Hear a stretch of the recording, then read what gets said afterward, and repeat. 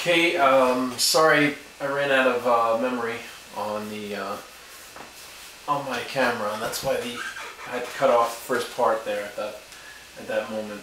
So this is part 2 for the lesson on November 16th, Wednesday. And so if you remember, the aim was why do tides occur, and the last thing I was saying was that the moon has the most effect on Earth's water. Okay, the moon is what is responsible for the tides. The sun has a little bit of effect on the tides. Okay, so the next thing that I wanted to say is that I define the tides as a twice daily rise and fall of sea level. So that means that the time where the tide is highest, where the sea level is highest, that happens twice a day. And when the sea level gets lowest, that also happens twice a day. Okay, every day. And actually, the time from one high tide to the next high tide is about 12 hours and 25 minutes. So let's say at 6 o'clock this morning was high tide in an ocean nearby, then 6:25 at night would be the next high tide. Okay, and so then let's say that if at 6 in the morning was high tide, then around 12 noon or 12:15 or so would be low tide, and then the next low tide would be 12 hours and 25 minutes later than that, which would be 12:40, just after midnight, 40 minutes after midnight. Okay, so again, it's one high tide to the next is 12 hours and 25 minutes. One low tide to the next is 12 hours and 25 minutes. Okay, what else do I want to make sure I go over? So, an important thing for you also to know is that there's two types of tides.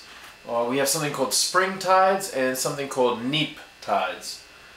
Spring tides are when you get the highest high tides and the lowest low tides. Okay, and so the range in water level is the greatest in the case of spring tides.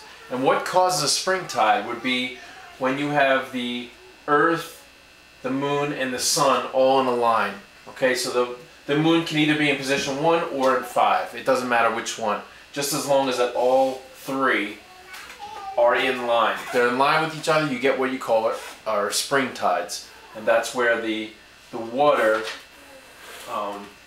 it gets pulled off the Earth a little bit more than normal. I don't know if you can see that. There's so much going on this picture now from the past couple lessons. But the reason why is because the moon is pulling on the Earth's water, but also we have that extra little bit of pull from the sun. Again, the sun doesn't have a very major effect on the water, but it has a little bit of effect. So the two pulling together in the same direction, so there'll be a high tide here and there'll be one on the other side. With them both pulling in the same direction, that gives you the highest high tides. But over here and here, you're going to have extremely low tides. Okay, so that's what we're called spring tides. Spring tides. Okay. The other type of tide that I want you to know about is what's called a neap tide.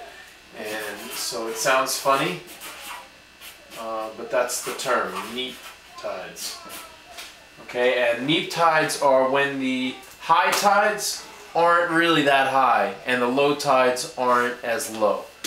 And what causes that would be when the sun, earth, and moon are at a right angle to each other. Okay, so when the moon is either in position 7 or 3, in either of these positions, that would be these guys being at a right angle to each other, that will cause what are called neap tides. So,